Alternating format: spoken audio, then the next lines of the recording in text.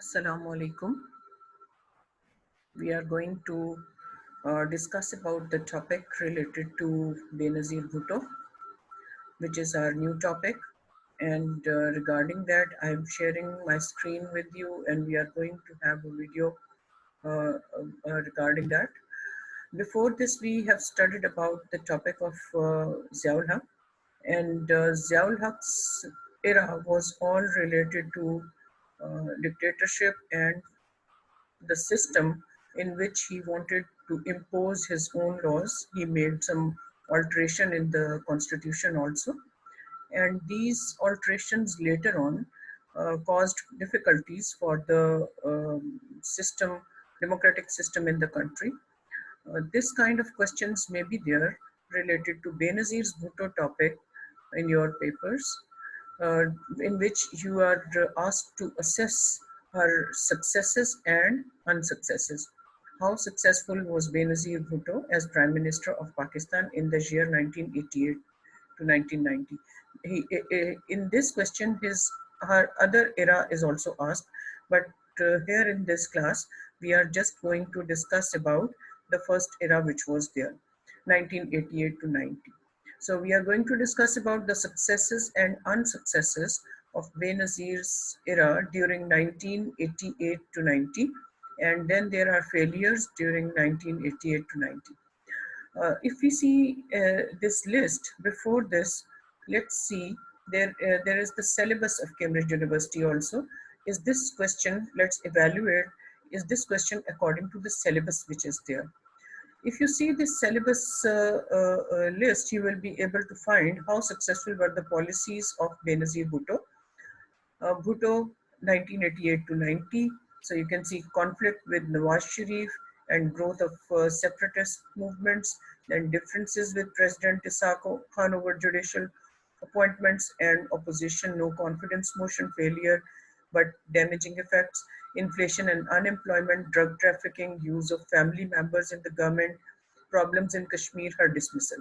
So in this syllabus, I hope you can see that mostly negative activities and negative and problems of Benazir are mentioned. While in your question paper, you can find this kind of question, which is asking how successful.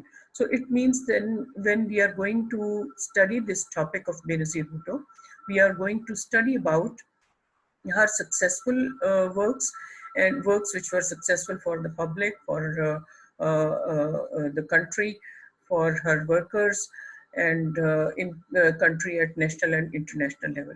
And along with that, we are going to discuss about her problems also. So if we see this basically in her successes, so she was the lady who basically restored democracy after 11 years era of Ziaul Haq, and democratic system was restored, and it was also decided that this will be according to the principles of Islam. Then there was some ban on the trade unions, which she released. Then there were many political prisoners who were in the prison. They were also released during her era during 1988 to 90. And then students' union were not permitted at that time. So she also allowed for the restoration of student unions and student participation in the politics of the country.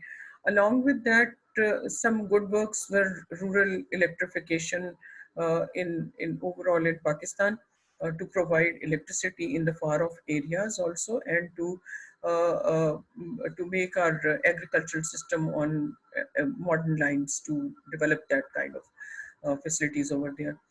Along with that, at international level, if we see, so she was the first woman who was the head of the government in the whole Muslim world. And along with that, she wanted to develop friendly relations with the USA, and she restored her Pakistan rejoined Commonwealth. So it shows that Pakistan was trying to develop good relations with the UK also. And she was the one who headed SARC. She hosted that, and she headed SARC also in 1988. And along with that, 1989, which is not mentioned in this key, in 1989, basically she signed some agreements with America, state of America. She met to the President Bush in state of America, and she wanted to develop relations, and especially for the weapon purposes, modern US weapons, and F-16s were her preference. She later on she started that work of related to F-16s at that time, but later on she continued that work when she came in her next era. That we are going to study what she did about F-16s, but the foundation of F-6 buying of F-16 and development of relations related to Pakistan, strengthening Pakistan's air force, started from this era. Now there are some failures in her government. So if we see in the marking key that mentions that she had conflicts with Nawaz Sharif and problems with the relations with growing separatist movements were there. Basically in Sindh there were a lot of separatist movements. Balochistan was having separatist movement, and Punjab was basically these provinces were trying to isolate Punjab, while on the other side, Nawaz Sharif was not accepting Sindh government as the national government. So this kind of differences with Nawaz Sharif and Benazir were there, which caused problems. Differences over appointment of judges amongst others between Bhutto and President Ghulam Isa Khan. As we have studied in our previous classes that Ziaul Haq had passed such a law, Eighth Amendment, according to which he could dismiss the president, he could prime minister, he could dissolve the assemblies, and along with that, he had the authority to appoint the judges of high courts and supreme courts. So that authority was, after Zia's death, that authority was automatically shifted to the new president, who was Ghulam Isa Khan. And Benazir Bhutto basically was interested to take that authority in her hand, that she wanted to appoint judges, while President Isa Khan didn't want to share this authority with her. And this caused clashes between president and prime minister, and it also is considered as an important point when President Ghulam Isa Khan decided to dismiss Prime Minister Benazir Bhutto. Along with that, in the assembly, opposition basically was working very actively. Opposition of Nawaz Sharif, Pakistan Muslim League, PMLN. So that was more because there was not much difference of seats. Benazir had just some seats more than Muslim League, and she joined. She had an alliance of MQM. So those MQM members were also, if they were going to leave Benazir, then Benazir was going to lose her majority in the National Assembly. So in this manner, she had to accept whatever blackmailing or whatever kind of demands were presented to her by MQM. So this was, opposition was noting all these things. So they tried to start a no confidence motion in the National Assembly to pass a vote of no confidence against Benazir, but it failed. It did not work. But the thing was that a rift which was already there between president and prime minister, that basically increased, and president found that opposition was quite strong and they were trying to hit the government of Benazir Bhutto. So when he decided to dismiss her, it was a positive point for him to take the help of opposition in this matter. At social level, there were many problems in the society, like inflation rate was very high and unemployment was constantly increasing. Public was very much dissatisfied because of this situation. Their lives were hard in that time. High expensive food products were a problem for the public, and on the other hand, problems of unemployment, which were definitely coming from the previous governments, but now as she was the prime minister, it was her responsibility. And it could be seen that because of her political issues with the president and many Islamic ulamas were also not accepting a female person as Prime Minister of Pakistan. So this kind of pressures basically were not letting her work for the social cause. So that is why inflation and unemployment was not much attended, and that problem created an unrest in the public. From Zia's time, as Afghan-Russia war was going on and many Afghanis were here, so since that time, drug trafficking had become very common, and along with that, a lot of ammunition also came in Pakistan, and a Kalashnikov culture was developed. So that was causing a lot of disruptions in many parts of Pakistan, and that was quite disturbing for the government when they were unable to control this drug trafficking and Kalashnikov culture, and many killings due to that, in especially in Karachi. MQM was creating a lot of problems and taking ransom from public on this with the help of this Kalashnikov culture. So and people thought that as MQM was an alliance political party with Benazir, so that was the fault of Benazir if they were negative to the public.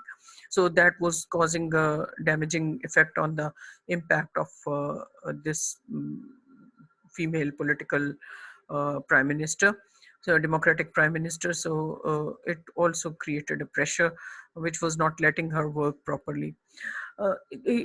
Along with all these situations, another very personal issue was constantly disturbing the government systems and democracy. That Benazir's husband, Asif Ali Zardari, was accused for corruption from Punjab High Court. And later on, he was arrested also. He stayed in arrest for 2 years and in Punjab jails, and Benazir was unable to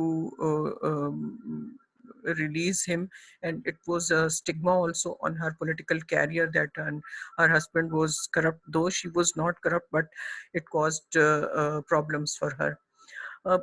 Even if we had signed peace agreements with India, but Kashmir issue was not still resolved, so that was causing a constant negative impact on Benazir's government, because people thought that when democratic government will come, so there will be a chance that Kashmir issue will be discussed and some solutions also will also be brought forward, but that was not done.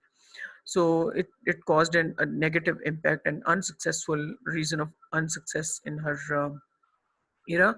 Another issue was that in a big issue from in 1989, MQM was constantly taking ransom from the public, and they were killing people, innocent people on the roads for, and there was a group which was doing this, and these people basically nobody was unable to locate where those killers were coming and where were they going. In the meanwhile, it was by all investigations, our forces came to know that there was a killer which is known as Pakka Killa in Hyderabad. So those people were coming from Hyderabad, killing in Karachi, and then again going back in that Pakka Killa, hiding themselves. So forces took charge and they killed all those people. This was taken. MQM took it very seriously, and they felt that it was on the orders of Benazir Bhutto. So they decided to finish her, end their support for her. And as MQM was going to end their support for Benazir, definitely she was going to lose the seats which were making her majority seats in the National Assembly, and it was going to end her government. So in this manner, these all reasons basically provided a good enough chance to Ghulam Ishaq Khan. Clashes were already there, so this provided good enough chance to Ghulam Ishaq Khan that he started the thought to end the government of Benazir, and he dismissed her. So these are all the reasons which were the cause of unsuccess in Benazir's government. When you are going to write about such an answer, definitely at the end you need to give your evaluation also, that which one was the most important reason. You can see here level 5, level 4 as level 5 as level 4 also produce a judgment or evaluation. So always give a judgment or evaluation, that which problem was the most disastrous one, or which work was the best one. So one best work from whatever positive works, successful works done by her, and one worst problem which was faced by her. So you can pick up any of those, you have the choice, and you can write about that in this manner. With all these things, I hope you can well understand what this matter was. Another important thing is, when you are going to do a written work related to this question, I hope we are going to write an answer for such a question which is shown in the paper here.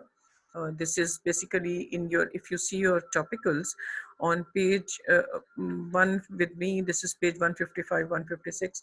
With you, it may be different, but you can see in the chapter of Benazir Bhutto that this is the question: how successful was Benazir Bhutto as Prime Minister of Pakistan in the year 1988 to 90?